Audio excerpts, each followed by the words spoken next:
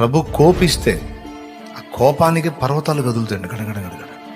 అంత శక్తి గలవాడు నీకు తోడై ఉన్నాడు.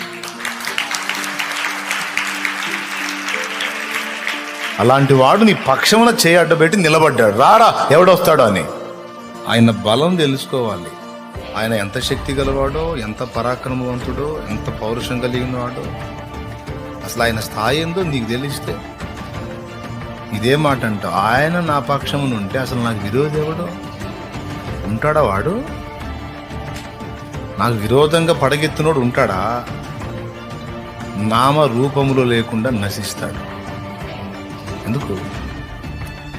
సృష్టికర్త నాకు తోడై ఉంది. ఎవరు నీకు తోడై ఉంది? ఎవరు? మరి ఏదేం చేస్తుంది నిన్ను? మనుషులు భయపెడుతున్నారు. ఎంతవరకు ఉంటారు వాళ్ళు? ఒక్క చూపు చూస్తే చాలు.